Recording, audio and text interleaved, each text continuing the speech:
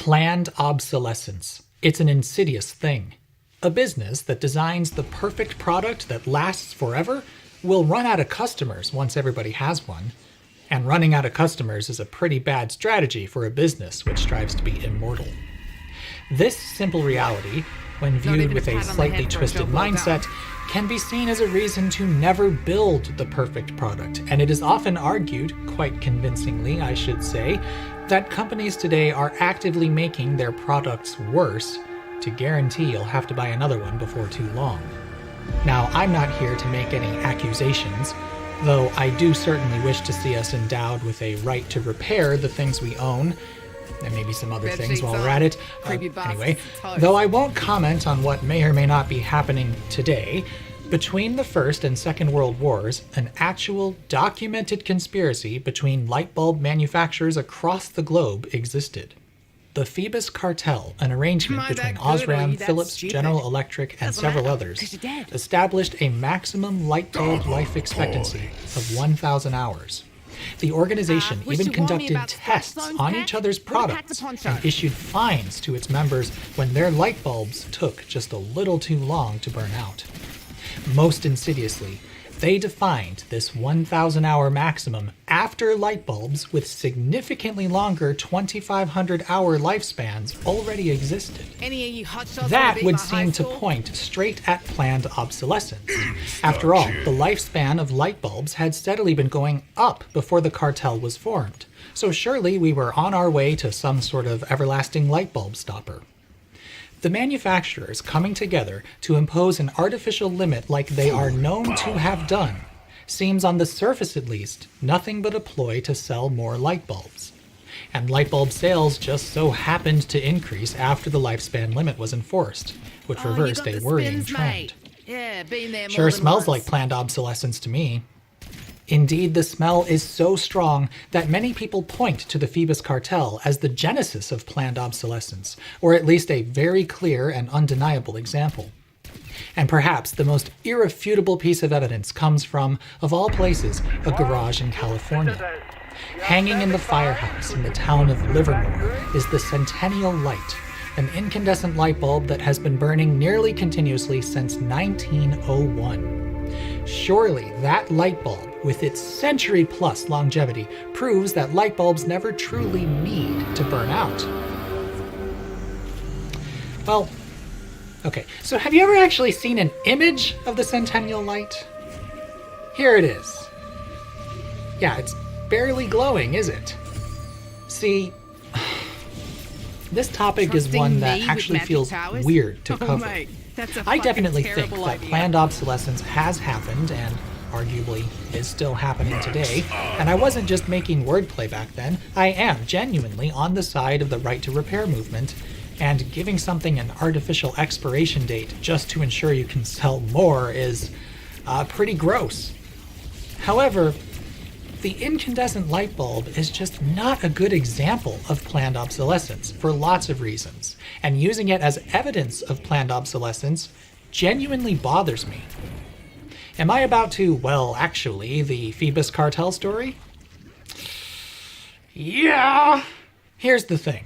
When the story of the Phoebus Cartel is told, those telling it have a bad habit of downplaying or even outright ignoring the fact that there were real, significant, actual advantages to a light bulb that only promised 1,000 hours of operating time. Such bulbs produced a whiter-looking light, which was easier to see under, and they could produce more light with the same amount of power, which meant they cost you, the person paying that power bill, less to operate. That's a pretty important caveat, don't you think? Glossing over that little bit of context is bad enough, but a second, rather important fact tends to get skipped too. That being that light bulbs were never a durable good, and once we figured out how to automate their production, they weren't exactly expensive.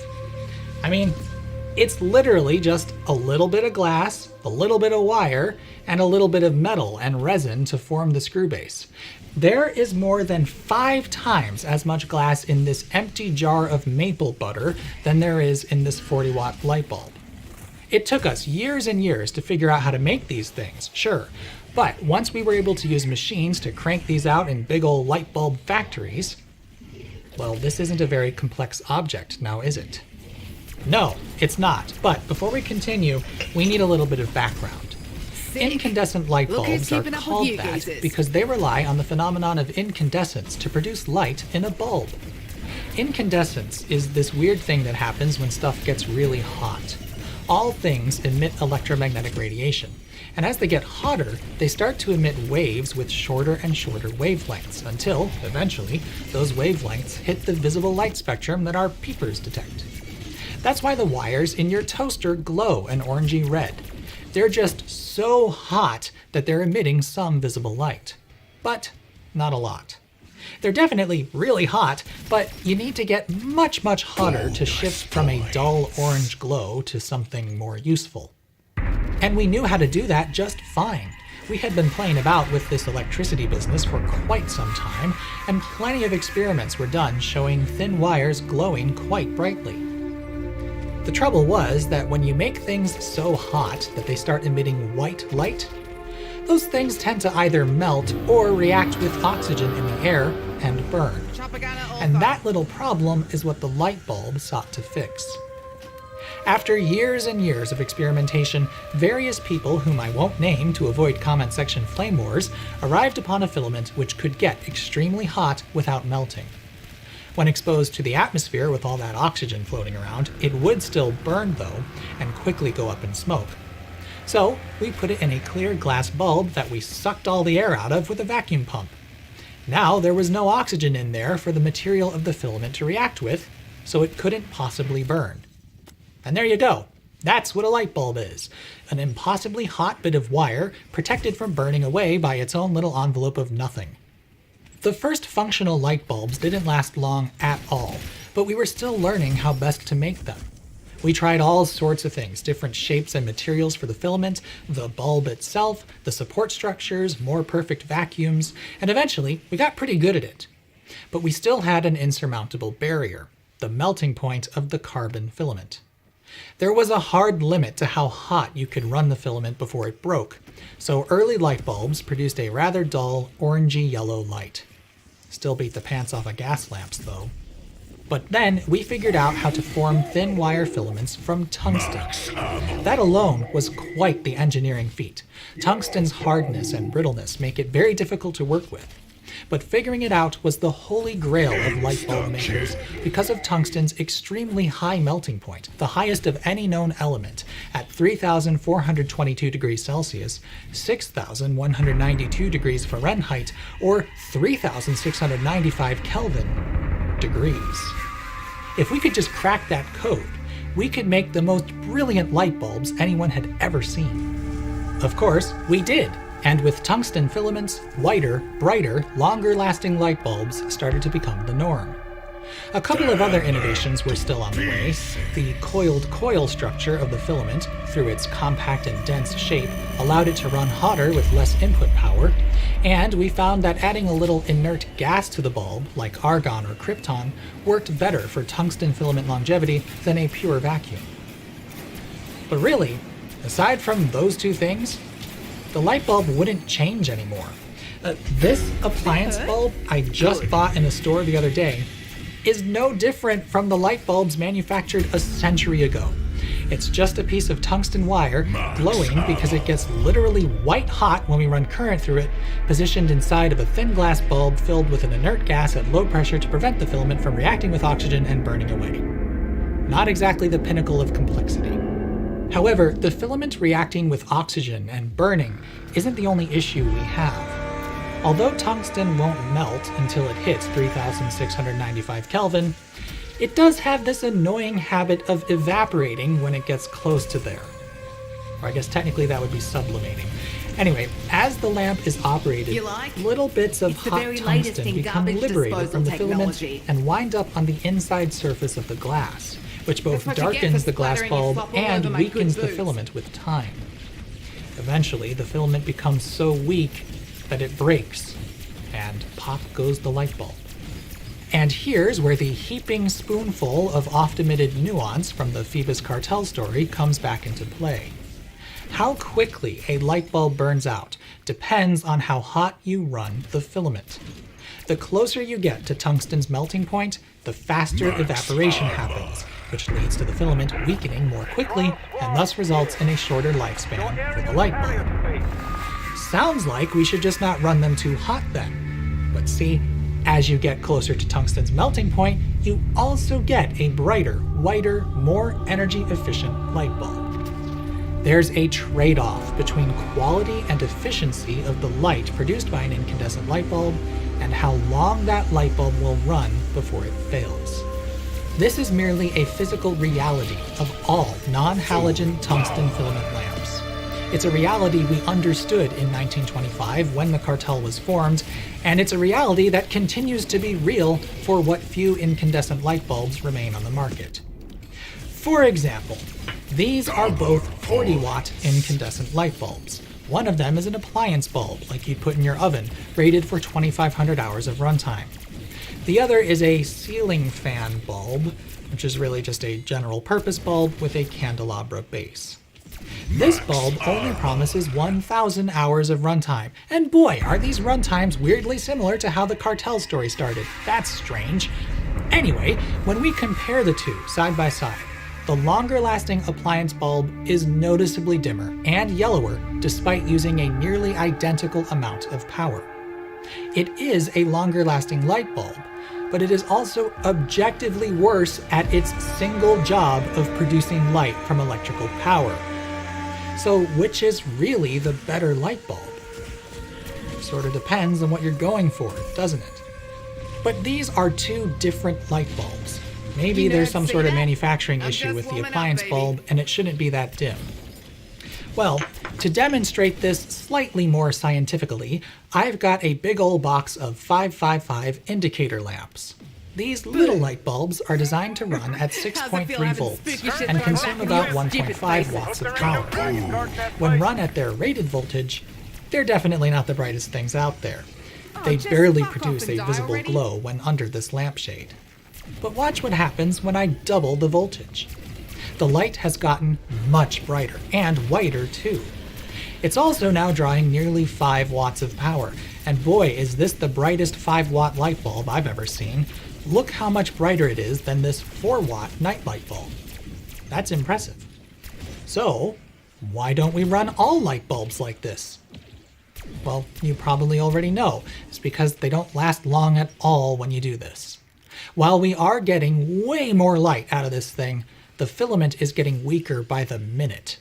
This bulb was only run for 10 minutes at double its rated voltage, and already we can see significant darkening of the glass. That's from the evaporated tungsten, which has deposited on the glass, and that happens in all non-halogen incandescent bulbs, but is particularly noticeable with these little fellas since the bulb itself is so small. To give a true running time at this voltage, I ran a stopwatch on a test of a fresh bulb and found it only survived for 65 minutes at 12.6 volts. And that's what it looked like in the end. And I want to be clear here. The melting point of tungsten isn't the issue. I'd estimate that at 12.6 volts, we're running the filament at somewhere near 3100 Kelvin, and tungsten won't melt until 3695 plus tax. The problem is the rate of evaporation of the filament. That happens faster with every increase in temperature. So the hotter you run it, the shorter the life it will live.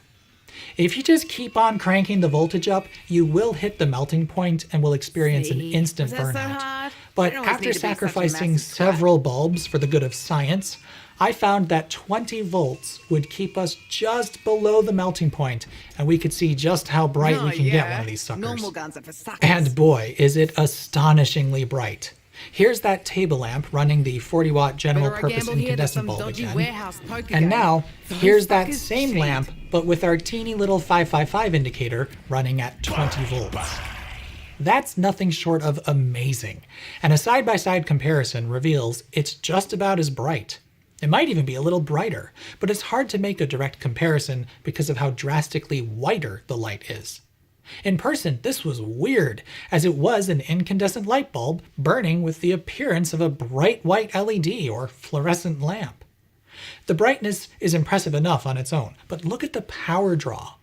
We're only using half an amp at 20 volts, which works out to about 10 watts. So we're seemingly getting 4 times as much light per watt.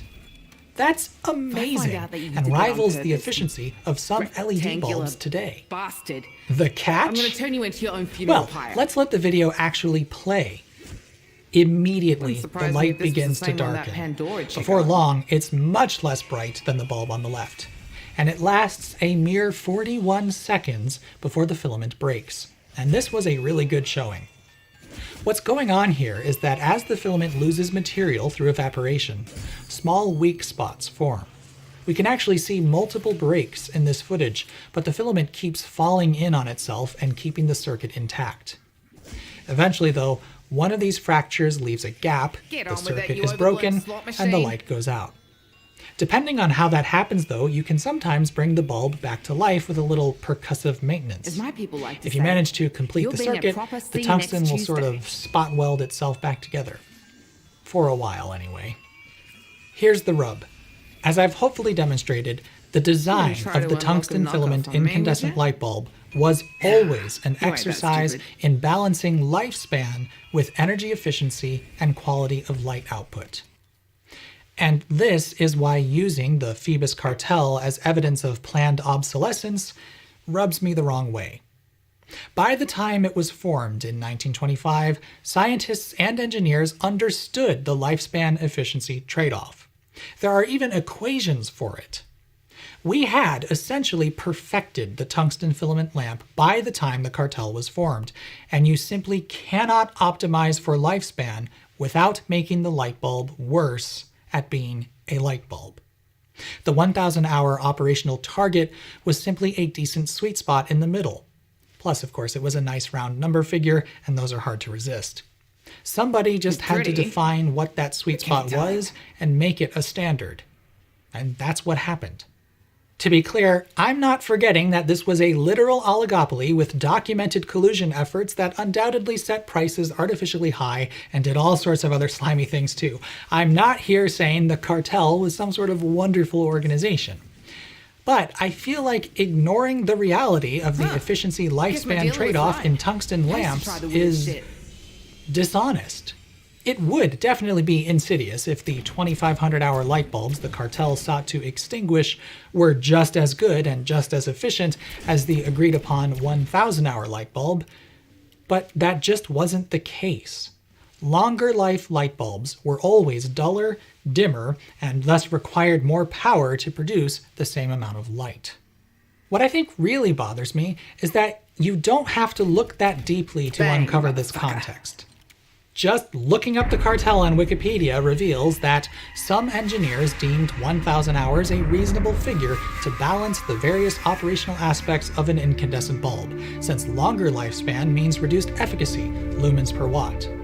A longer life bulb of a given wattage puts out less light and therefore proportionally more heat than a shorter life bulb of the same wattage. Nevertheless, long-life incandescent bulbs were and are available with lifespan ratings up to 2,500 hours, and these do in fact produce less light per watt. There is even an excerpt from a report from the Monopolies and Restrictive Practices Commission of the United Kingdom from 1951, which says quite plainly that while it might look like hanky-panky was going on, conflicting factors make it impossible to view the great light bulb life shortening as anything nefarious. But then, I hear you asking, why establish tests to make sure the bulbs didn't last too long? Assessing a fine to your members for making a light bulb that's just a little too good seems pretty iffy. Well, again, would it actually be good? That's up for debate, and it's kind of the whole point I'm making here. Also of note, many of the companies in the cartel were also in the business of running power grids, or at least building much of the machinery that made those power grids work. They intimately understood that long-life light bulbs would make that part of their business harder and more expensive, especially as more and more people got electricity in their homes and electricity demand grew. That's a pretty solid reason to start favoring energy efficiency over lifespan and enforcing a standard to that end. Especially when, to repeat myself, This is just a little bit of glass and a little bit of wire made not by human hands but by machines which could crank out tens of thousands per day. They were not by any means precious objects. Now, I foresee some of you viewing that light bulb makers were also in the business of powering generation as evidence of a conflict of interest. And maybe it was, but they sure didn't take advantage of that position. If their only goal was to maximize the money you gave them, well then they should have been selling nothing but long-life light bulbs that needed much more power for the same amount of light. But that's not what happened. It was better for all parties involved to run cheap light bulbs as hot as you could in exchange for lower operating costs. I know how some folks feel about higher authorities making decisions on the consumer's behalf, though I can assure you that's happening all the time in the private sector. You just may not be so aware of it. But honestly, establishing a 1,000-hour lifespan was the correct decision. Or, at the very least, far less insidious than it seems. The ultimate evidence of this is that it never changed. The cartel dissolved in 1939, and yet, decades later, 1,000 hours remained the operational target for general-purpose light bulbs. Later on, you could get so-called long-life bulbs if you wanted to, much like this appliance bulb here, but to produce the same amount of light, they needed more power and thus consumed more energy. This Washington Post article from 1981 points out that to produce the same amount of light as a 75-watt standard life bulb, you need to move up to a 100-watt long-life bulb. Is it really worth a 33% increase in energy consumption just to avoid buying a 90-cent light bulb every 6 months? As a matter of fact, objectively, no. In 1981, the average cost for electricity in the US was 6.9 cents per kilowatt hour. Nice. Over the 2,500 hours of lifetime, those extra 25 watts would amount to 62.5 kilowatt hours of energy expenditure, which would cost you $4.31. So, by choosing the equally bright but longer lasting light bulb, you will spend $4.31 more on energy, but you won't even save $2 on light bulbs. That means, objectively, you were spending more money running one of those long life bulbs than you would if you were just buying standard light bulbs and changing them more frequently. And that's why the article suggests to use long life bulbs only in hard to reach places where the extra running costs are worth avoiding a bulb changeout.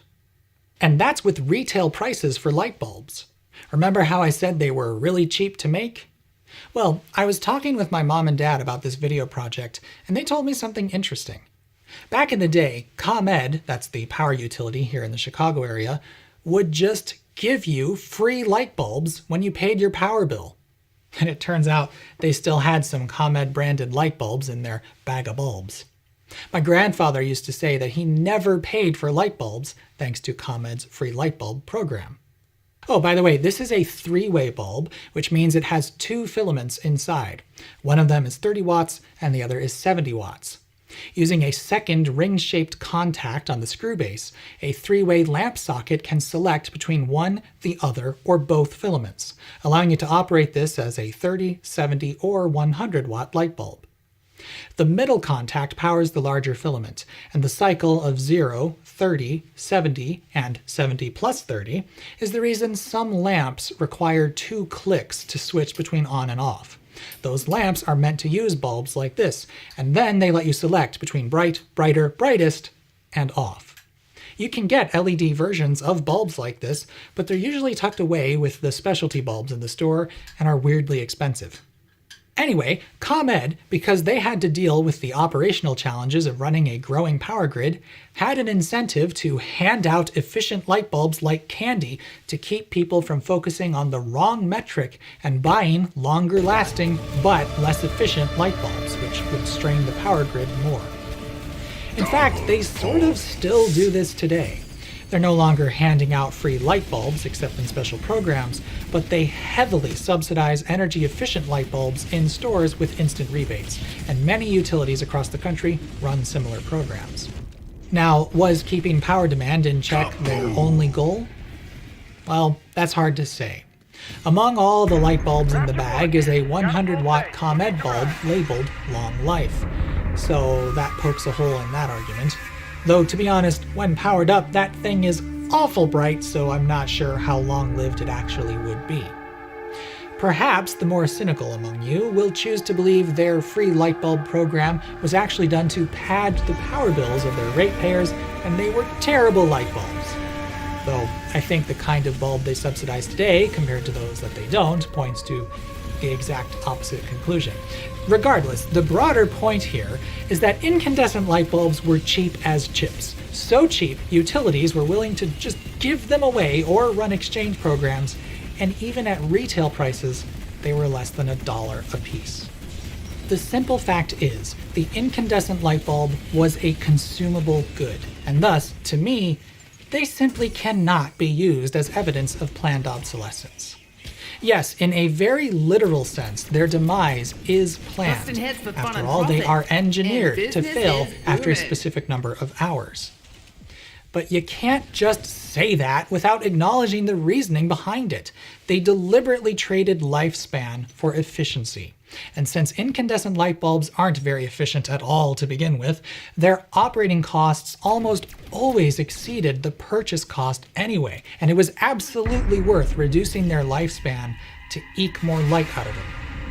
If you wanted a bulb with a longer lifespan, you either needed to sacrifice efficiency and quality of light, which almost always cost you more in the end on your power bill, or move to an entirely different lighting technology, like fluorescent lights or high-intensity discharge lights. And those different technologies had their own trade-offs too.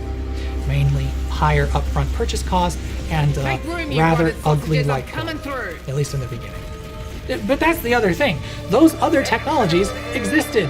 They existed and were on the market, and anybody who valued efficiency and or longevity could decide to install such light fixtures. There was a sea of options by the 1950s, but the good old tungsten filament lamp remained the default because it had excellent light quality, was good enough, and most importantly, was cheap. And despite the cartel no longer being a thing, 1,000 hours remained the efficiency longevity sweet spot target for most applications. Yeah. The Centennial Light in Livermore, California has burned for so long because it's barely been burning. Why exactly is unclear. Supposedly, it should burn as a 30 or 60 watt bulb, but has decreased in power over the years, for reasons unknown. Or perhaps, and here's where my money is, it was simply manufactured incorrectly. After all, light bulbs were still handmade back then, and it never burned at the wattages it was supposed to. Perhaps that's why Dennis Bernal donated it to the fire department. It was only bright enough to serve as a nightlight, so that's what it went on to do. Anyway, the reason isn't important. What is important is that the Centennial Light has spent at least the majority of its existence as a very bad light bulb, albeit one with notable longevity. But now, I need to come up with some sort of conclusion. What exactly is the point I'm making here? Well, if we want to get deep, I suppose that would be that the world is complex, and you should be skeptical of simple narratives. Nobody's saying that the Phoebus Cartel was a wholesome organization, I'm certainly not anyway, but simply saying that they made sure light bulbs didn't last too long leaves out too much of the story. If there were a way to make 2,500-hour light bulbs perform like 1,000-hour light bulbs, then sure, by all means get out the pitchforks. But that just wasn't possible. I also think that, frankly, the incandescent light bulb just doesn't speak to the spirit of planned obsolescence at all. They were simply one of many products that got used up over time. When I think of planned obsolescence, I think of something like a dishwasher, car, or washing machine, a complex, expensive machine that's a major purchase. Light bulbs weren't expensive, complex, or meant to be durable. At least to my eyes, a light bulb has more in common with, say, laundry detergent than it does a washing machine. Alright, so guys, as that box of detergent gets used up and runs out, eventually the light bulb gets used up and burns out. And to really drive the point home, remember that the cartel dissolved in 1939, yet in the years that followed, that reality didn't change. The arrival of halogen lamps, which allowed for much hotter filaments and longer run times thanks to some wild chemical interactions between tungsten and iodine or bromine that I won't go into other than what I just said, didn't even disrupt the practicalities of the light bulb all that much. Incandescent light bulbs were a commodity product that had to balance efficiency, lifespan, and upfront purchase cost. For general household use, the plain old 1,000-hour tungsten lamp remained right in that sweet spot until, honestly, quite recently. Speaking of quite recently, perhaps ironically, the light bulbs of today are now, for real, actually becoming plagued with planned obsolescence. Or at least lazy engineering with a heaping spoonful of cost cutting. The arrival of the white light-emitting diode was nothing short of a game-changer to the lighting industry, and has unlocked extremely efficient and incredibly long-lived lighting products. At least, usually. I personally have been very fortunate and can count on one hand the number of LED bulb failures I've experienced since 2018. But sadly, there are lots of products out there, especially on the lower end of the cost spectrum, which have terribly flawed designs.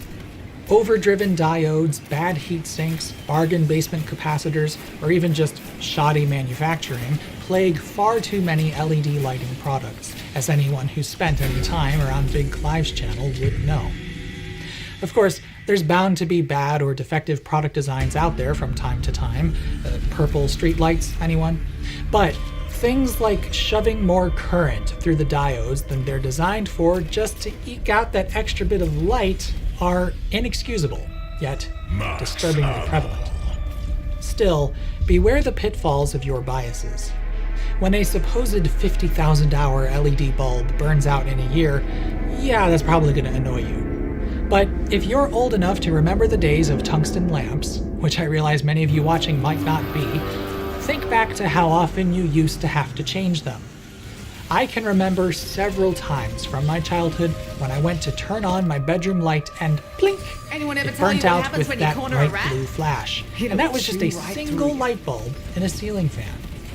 Now that I have dozens of LED lights all over the house, many of which run automated routines and come on every night, it's pretty amazing that in the last 5 years I've changed but a few. Light bulbs may not be perfect, no, but they sure are better.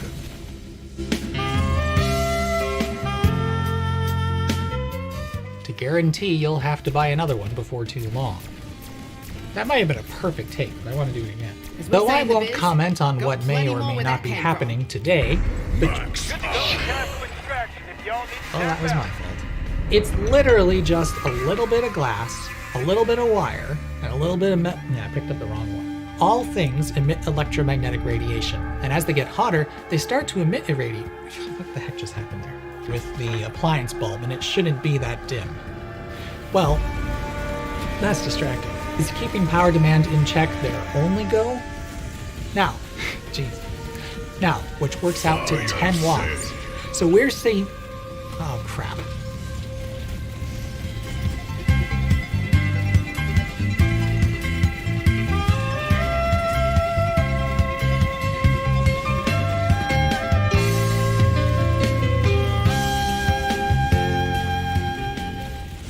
The compact fluorescent lamp is essentially no more.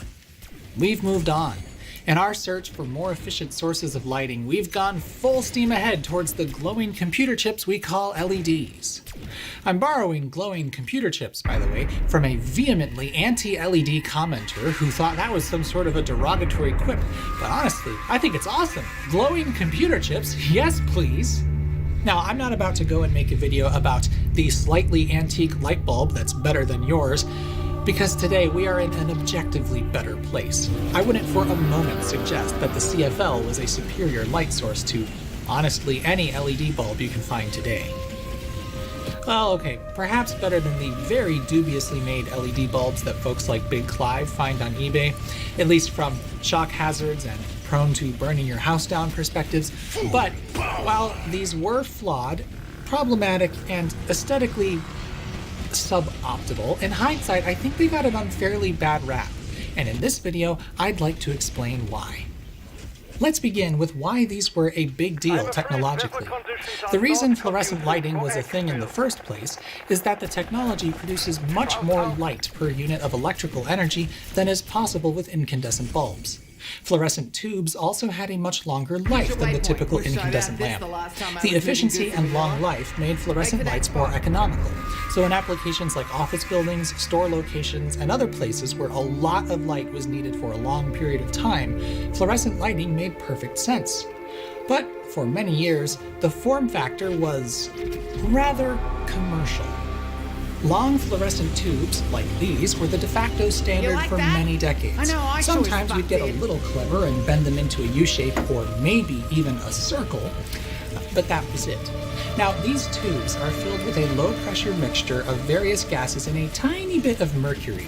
When an arc discharge is produced along their length, the mercury vapor emits a lot of ultraviolet light. A mixture of phosphors that coat the inside surface of the glass then convert this largely invisible UV discharge into visible light that we can see, making the mercury discharge useful for our eyes. Additionally, the glass itself blocks nearly all of the harmful UV wavelengths. It takes special quartz glass to produce UVC germicidal lamps. Nevertheless, many people wrongly assumed that ordinary fluorescent lighting produced harmful UV. It didn't, at least not in any remotely meaningful amounts. This is a bit of a tangent, but the clearest evidence of this is that the plastic lenses used in fluorescent lighting fixtures generally didn't yellow with time, which you'd expect them to, and rather quickly if the tubes were producing ultraviolet light. UV is not kind to plastics. Anyway, you also need a ballast and starter circuit to drive these tubes. First, an arc discharge has to be established. After all, this is a long tube, and getting electricity through plasma from this end to that end takes a bit of effort. There are many different ways to do this, which aren't important right now, but once it's struck, you have a new problem. Being a discharge lamp, you need a current limiting device or else it will explode. Okay, well maybe not explode, but discharge lamps have negative electrical resistance, and without a current limiting ballast, they would rapidly enter a sort of runaway condition and cause problems. I'm making the rounds. Who needs a top up? So, with any given fluorescent fixture, you'll have a ballast and starter of some sort driving some number of large tubes. As a result, fluorescent fixtures tended to be large. This is a basic shop light, and as you can see, it's long, 4 feet to be precise. Shorter tubes were available, and eventually you also had fun things like the circline tubes, but in general, fluorescent lighting was limited to overhead applications where space wasn't at a premium. So, shop lights, troffer lights, surface-mounted light strips, etc. Applications that, for the most part, weren't found in the home, and if they were, it wasn't usually in a formal space. But wouldn't it be great if we could have the benefits of fluorescent light, that being longer life and lower energy use, in more places? Heck yes it would. But how to do that? Well, you could build this thing, which I made a video on quite a while ago, but that's definitely not the most practical way to go about it. It's not at all. What we really needed was some sort of self-contained fluorescent lamp with an integrated ballast that is about the same size as an incandescent bulb and with hopefully the same brightness. And so, these things were born. This now iconic curly-Q design was the final landing spot after a bunch of different experiments. See, the ultimate limitation to how much light you can get out of a fluorescent tube is its surface area. With these long fellas, that isn't much of an issue. But if you want to get the same amount of light as an incandescent bulb in the same amount of space using a fluorescent tube, it takes some twisted thinking. This 60-watt equivalent lamp has a tube which begins here, travels in a helix to the top, then doubles back down the other side where it ends here. That allows it to occupy a volume smaller than a cube 2 inches or 5 centimeters on each side, while the tube itself is roughly 14 inches or 35 centimeters in length. This alone is a huge achievement in manufacturing and design. This is glass, mind you. We needed a way to mass-produce hollow glass tubes formed into this intricate shape, and we did it. But that wasn't the only innovation here. The tube is driven at a higher intensity than an ordinary tube like this one. That allows its phosphors to glow much more brightly. There seems to be an inverse relationship between the diameter of the glass and how intense the discharge is. You see this as we moved from the old T12 tubes down to T8 tubes and eventually T5 tubes. Says nobody's I'm not exactly sure why that is. Hopefully one of you will let us know down below. But there's also one more trick up its sleeve. It's electronic ballast. Fluorescent lamps operate on the same AC power that everything else does. Because the voltage crosses the 0 point 100 or 120 times per second, lamps run on traditional magnetic ballasts are actually pulsing at that frequency. This periodic dark time limits their output, but electronic ballasts get around this by first converting the incoming AC power to DC and then driving the actual tube at very high frequency AC. That frequency is so high that the phosphors don't have time to decay between pulses, and the effect is the lamp is constantly lit and does not pulse. This not only boosts its output further, but also eliminated the potential for eye strain issues that old-style fluorescent lights could cause in some individuals. I actually made a video about that quite a while ago now. So, these were pretty neat little things. I keep using the past tense, but you can still buy them. They're just very much out of fashion at this point. But they were a big deal. Bringing the advantages of fluorescent light to more places was, I would argue, a great thing. However, they weren't received with unanimous praise, and deservedly so. We'll discuss that shortly. At the same time, though, a lot of the hatred for these things just didn't make sense, at least not holistically. The biggest problem with these things? They're nuanced. And we know how easily the general public engages with nuance. See, I have a pet theory that a large percentage of the aversion to CFLs came from people who really just didn't know that much about lighting in general. I would argue that the CFL was really the first mainstream way to get non-incandescent color temperatures in the home. Sure, fluorescent tubes weren't unheard of in the domestic environment.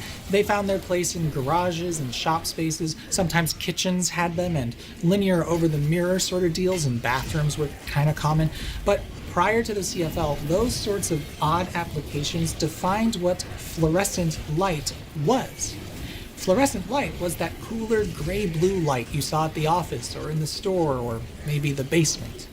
And see, here's where my theory comes in. If that was how you imagined fluorescent light, maybe you weren't even aware of the CFLs like this that mimicked the light from an incandescent bulb fairly well.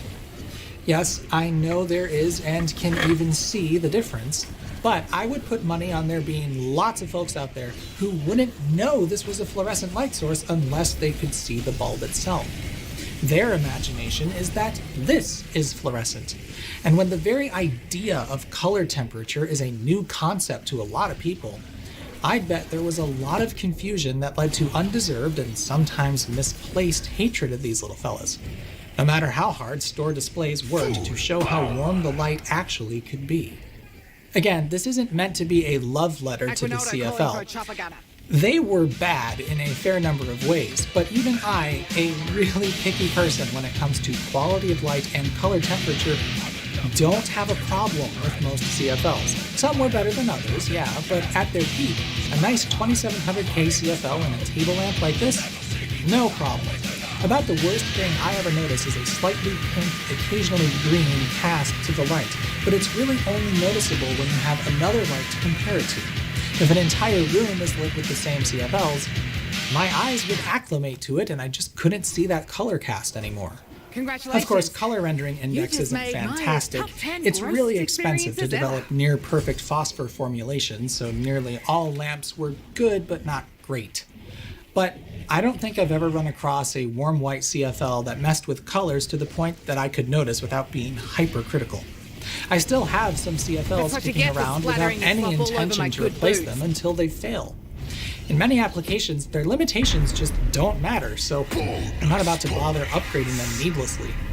But, and this was in my opinion their Achilles heel, the suitableness of CFLs was very situational.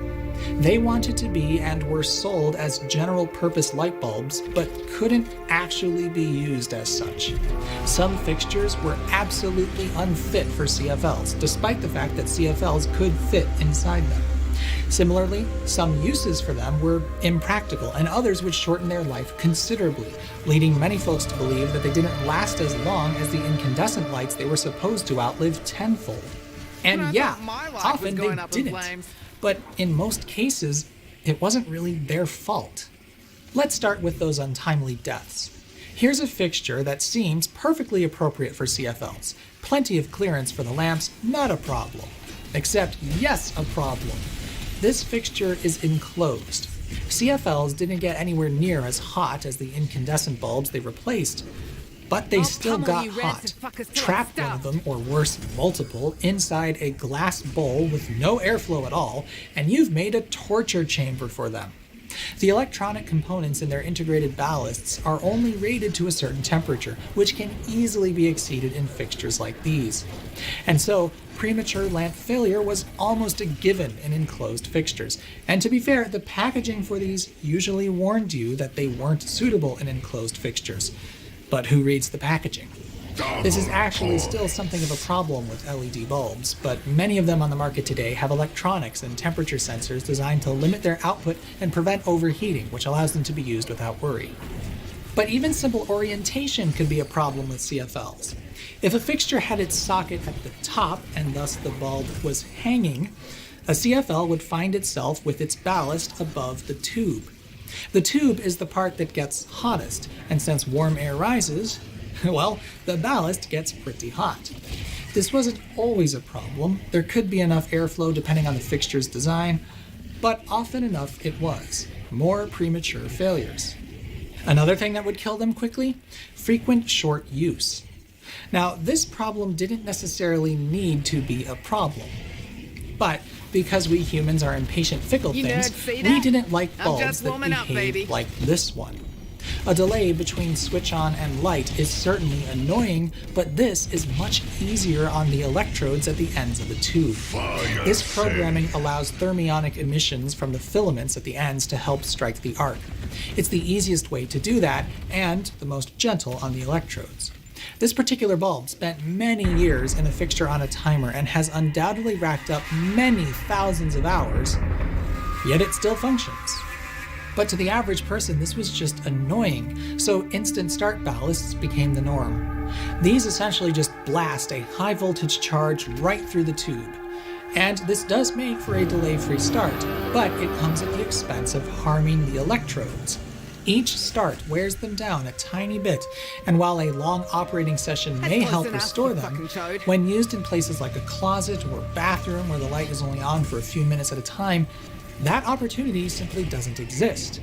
The great irony here was that the instant start ballasts made them seem more practical for these short use applications, but in actuality it made them much worse. The CFL was really best suited for general living space illumination that would be left on for long periods of time. But of course, much of that came from ceiling light fixtures like these, which would harm the bulbs, but in a different way. Where they could really shine were in table and floor lamps. A lot of outdoor fixtures like these carriage things would do okay also. Really, just any fixture where it wasn't upside down and had decent airflow would do alright. But what about recessed cans? Those are always hanging bulbs upside down. Well, this wasn't the only style of CFL. In their heyday, we were brute forcing CFL tech into all sorts of weird and interesting places, like these imitation flood lamps. Some were even made to look like actual par lamps. Or, my particular favorite, these teeny tiny things that IKEA sold at one point, with an intermediate base to be just that extra bit of annoying. Listen, fuckers. Still, Efficiency's key even in when running a suitable business. applications where they wouldn't This is overheat and die, maintaining efficient. CFLs still had drawbacks. A big unsolvable issue was that when you first turned them on, they hadn't yet gotten their Fulbright scholarship. Fluorescent lamps take time to warm up, as not all the mercury is a vapor when they're cold. For general purpose lamps like these at room temperatures, this wasn't a huge deal. They'd be about half their normal brightness when cold, certainly not at their best, but not unusable by any means either. And usually within just a minute or so, they'd be as bright as they'd get. But for whatever reason, most of the specialty bulbs that came about over the years would start out with next to useless brightness. Just take a look at this little flood thing. This is at room temperature but hasn't been started in a while. Turn it on, and that's barely anything. In fact, you can see the pink tinge brought about by the bit of neon in there used as a starter gas. Sometimes this would be purple, suggesting argon was the starter gas. Anyway, after a while it is nice and bright, but this is annoying. In my experience, nearly every non-standard CFL behaved just like this, be it Flood, Globe, A19 mimics, these weird little things. Really anything that wasn't the standard exposed curlicue. I'm really curious about why cold starts seem to be much worse in these specialty bulbs, especially since these Floods, for example, are really just a standard lamp with a special shade. I have no idea why these should have darker starts than these ordinary lamps, yet they do.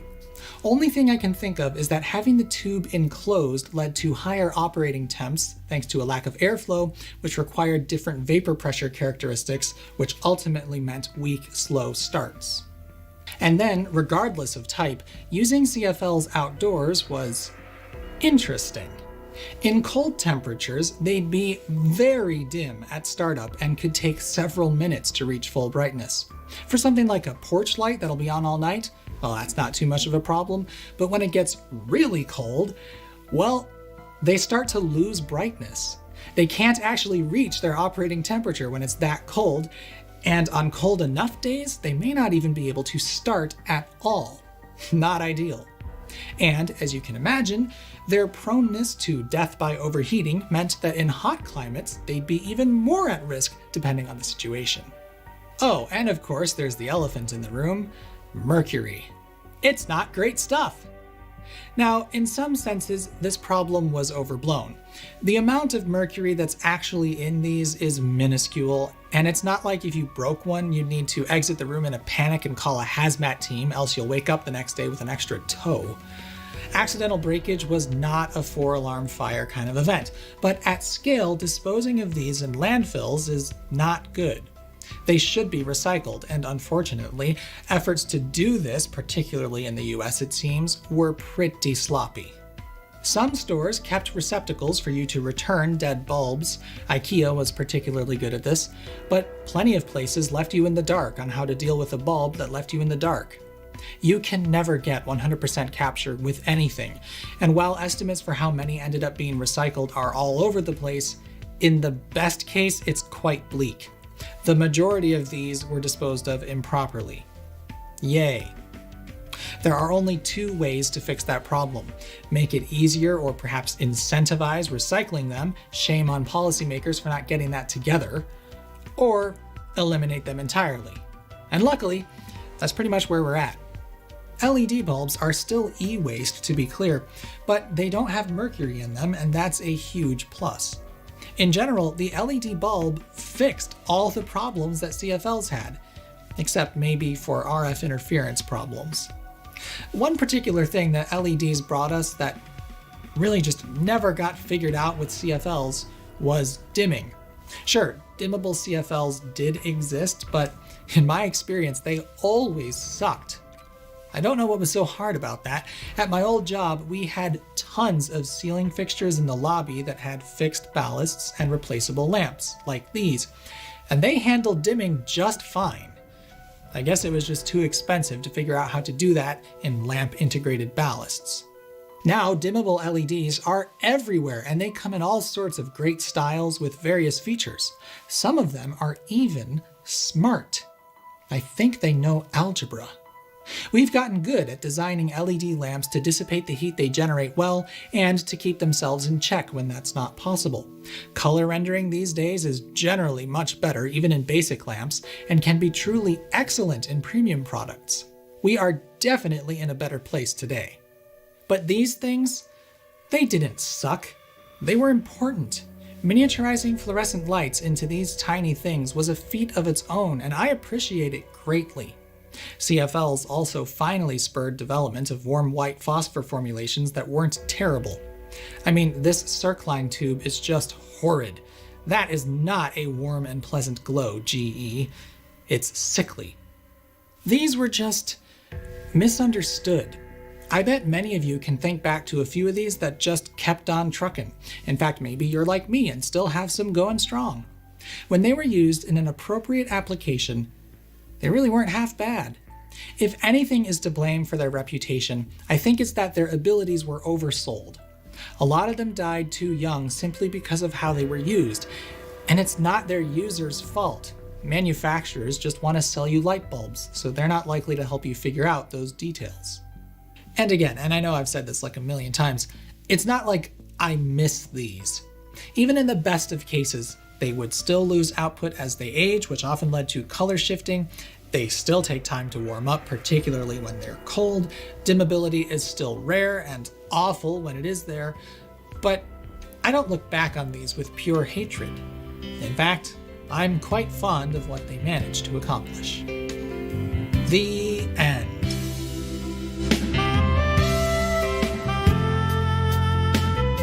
I wouldn't for a moment suggest that the CFL is a superior light. Darn it, I missed a pause.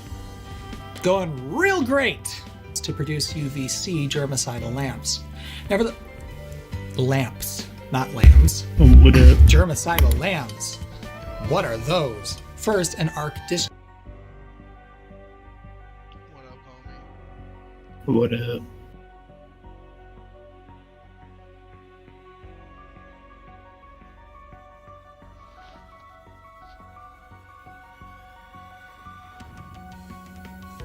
What level are you at? And WoW? Yeah. I'm only 32. That's slow level up grind, bro. I thought you were like in the 50s. Yeah, they convinced me to go in a PvP server. I never played, so PvP servers are rough if you're trying to play solo. Took me from 30 to 32 all week, so probably won't max level once I get a grip on that. Sure.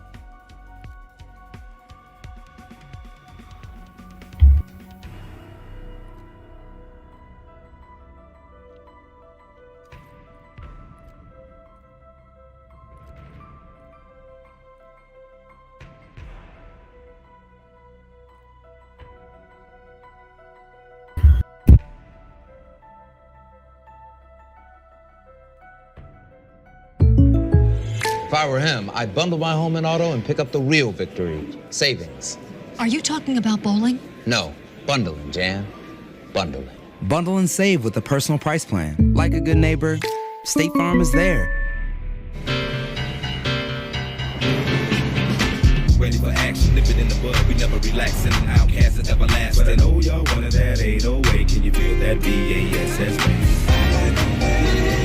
Under my feet, I feel the sky tumbling down.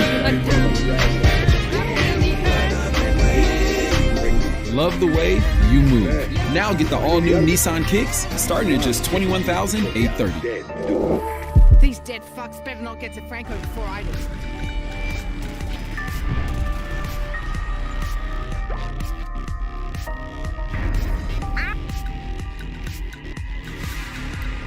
Get to Cross without delay.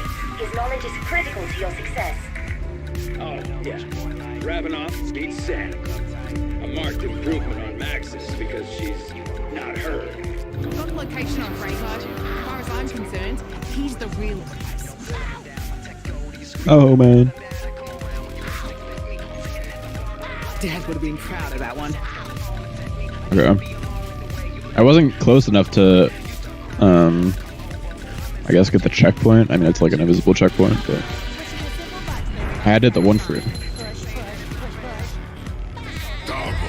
Based on the robot's position. Franco calls this castle his key. a gospel pile of shit, as is he.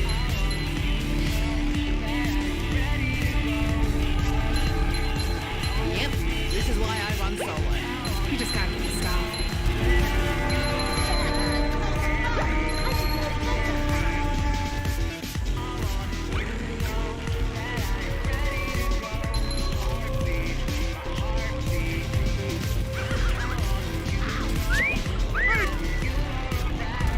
Okay. It's late night Thursday. I know that you heard me, but you don't want the same thing. So we play that game. It's all chilling with Starting to think you underestimated how much these nerds hate you. You think Carl would rather gargle a dog turd than have you along. Yeah, well, what can I say? It's lonely at the top.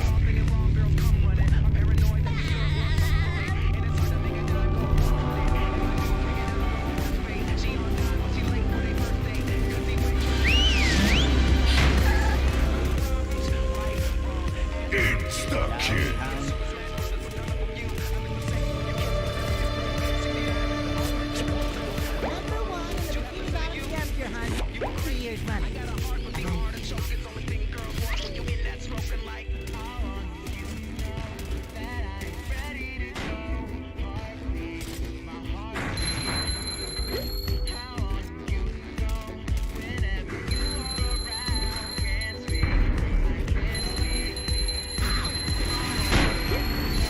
It pissed you off that I'm getting along with this lot better than you ever will?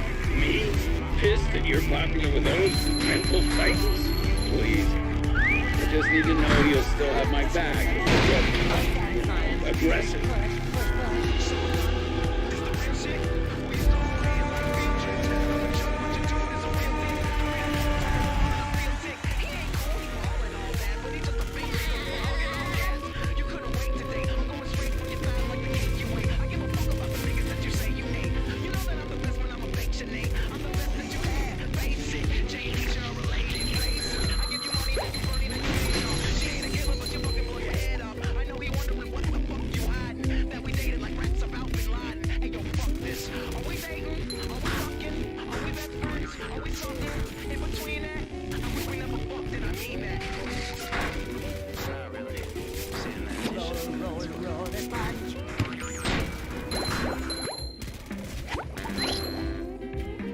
All right. Max armor.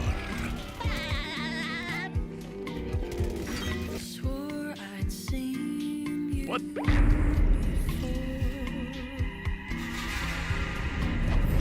sussing everyone out. For now, all I care about is getting my hands on Franco. I'm sure he'll be delighted to see you. Right up until the point you make his throat smile.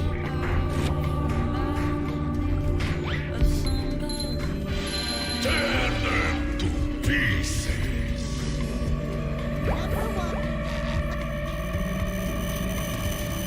Ooh, big scary leggy boy.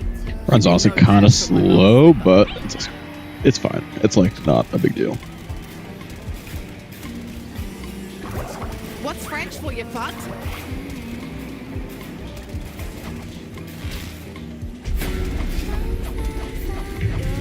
I've seen wharf rats bigger than you. They didn't fly, but whatever. Max ammo. Here's another one. Hi, Sprout, on the bridge. I am standing on $5 million.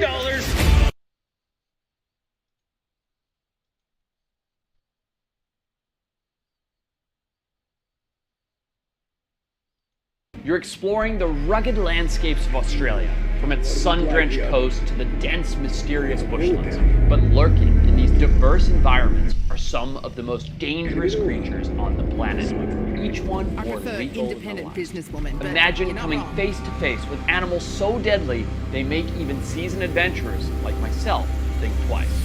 From animals that can rip your limbs off to others that can paralyze you, these are the top 5 deadliest animals, straight out of the land down under. At number 5 on our list, we have an animal with vibrant blue rings and delicate tentacles. A Sydney woman is lucky to be alive after being stung twice on the stomach by a blue-ringed octopus. There are actually 4 species of blue-ringed octopus. ranging from Japan to Australia. But these aren't your regular octopus. They only reach a max size of a mere 8 inches. There are actually 3 official species in Australia, and they're incredibly common in coastal waters. Despite having formidable reputations, blue-ringed octopus are actually rarely encountered. They are the ocean's recluses, and there are so many aspects of their lives that we still don't fully understand.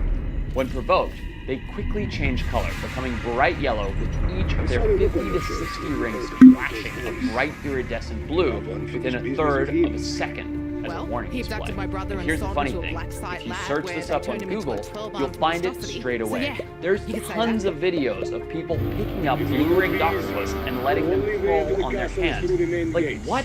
Surely you'd think common sense prevails and they wouldn't pick up a tiny yellow octopus You find out with who the murderer flashing is, blue Nate? rings, but they pick it up. What up? Oh, no, I just started. Just a single Pretty drop fun, of though. blue could I just result read in the a critical little mistake. description of it But real here's quick. where it gets intense. Their saliva contains heterodotoxin, a potent neurotoxin that can paralyze their prey within minutes. It carries enough venom to kill 26 adult humans within seconds. Yeah, you heard me. This small thing can kill 26 people. That is just insane. And here's what makes it worse. Their bites are super discreet, tiny, and often painless. And the worst part is, you won't really even know that you've been envenomated until the regular symptoms start to kick in. Numbness, nausea, vomiting, vision changes, and difficulty swallowing. And after 10 minutes, you start to hyperventilate, lose muscular function due to... I cannot believe Richard went to that game last night. Dude, that is like... I'm sure he's cool and like happy he went to Soldier Field, but like, I know I would be so upset. Richard went to the Bears game last night in Chicago, raining. Very important reminder. Chicago lost 6-3. I went to bed at halftime. It was 6-3. That I myself almost had a very... They are so fucking But bad. is that like their 11th loss in a row or something like that? 10th. Yeah, it's fucking bad. This venomous danger noodle is native to Eastern 10th loss in a row, fired their coach in the middle.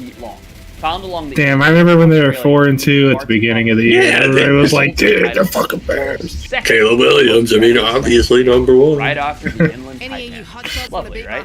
Now these guys are Cheers. typically Oh, active cheers. during the day and come back out in the late hours. Let me tell you, eastern brown snakes Yeah. are Probably, yeah. About to They don't get just taken get down. when they feel threatened. They'll rise up. Yeah, this will be one of the last games in it. Makes sense because cobras and eastern browns are in the same Then Chicago's gonna get like a crazy dome. Is that why he went? These guys Yeah, actually yeah. seem to And like, by probably to sight. see Caleb Williams Now, as in the well. US, we have rattlesnakes. In contrast, these are ambush predators, and they utilize their infrared But he receptors in he starts a new job at the beginning of January. sit and wait So and his lunge as a last day at his old job was Eastern browns yesterday, have a so he diet just that is mostly mammals. has a little At this vacation point, actually, in time, or Australia, it's a lot of pests, no house working time. mice, So he bats, literally like even left feral from rabbits. And his last day at his old job right to Chicago. Nice. Yeah, he works for the Reds now, don't he? Yeah, he's gonna be their in-house electrician. You won't even feel bad for the first That's 13 dope. of them. Then, Yeah, bam, that'll be things sick, go down dude, for his like fast. childhood Snakes are favorite responsible team. for more Yeah, deaths from snake just working bites at the in stadium all day. any other And it's like Their my venom messes with the roommate blood now, flow, Brennan. clot, He all sorts of he used to do like collapse, cardiac just arrest, like set brain up stuff. Like he was hemorrhage, part of the bleeding staff out of for the organs, Washington Nationals, and they get a ring if they win a championship. Like he has a staff ring. Yeah, it's sick. It's sick. I mean, I don't think the Reds are ever going to win a championship, but if they do, that... 41% come from brown snakes. They're responsible for the highest number of snake fatalities in Australia. Up to 2 deaths are reported each. Damn, so they give... Don't try to pick it Damn, up. they have to make hella rings, dude. Yeah, the You way watch he made it Statue? sound, I think there's like 4 or 5 like tiers of rings. Like the That makes players, sense. big dogs, and then the staff will get like no diamonds or anything, but still a crazy ass ring. Still a championship ring.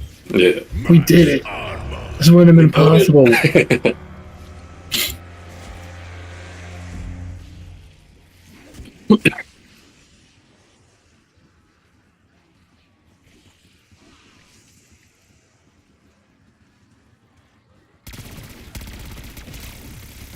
Sick. Look who's keeping up with you geezers. Insta-kill. Good to go for castle extraction if y'all need to tap out.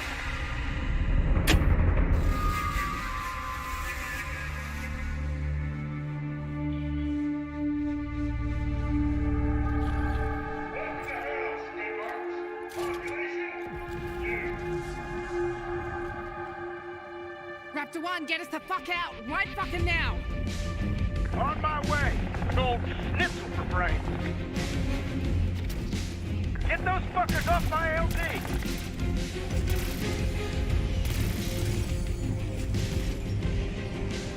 Hostile swarm tag. Position and extraction point. Not a lot of options in this castle.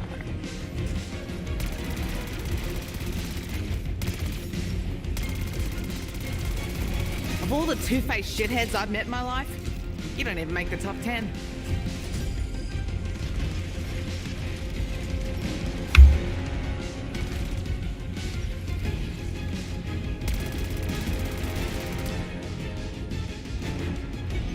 Pickup complete.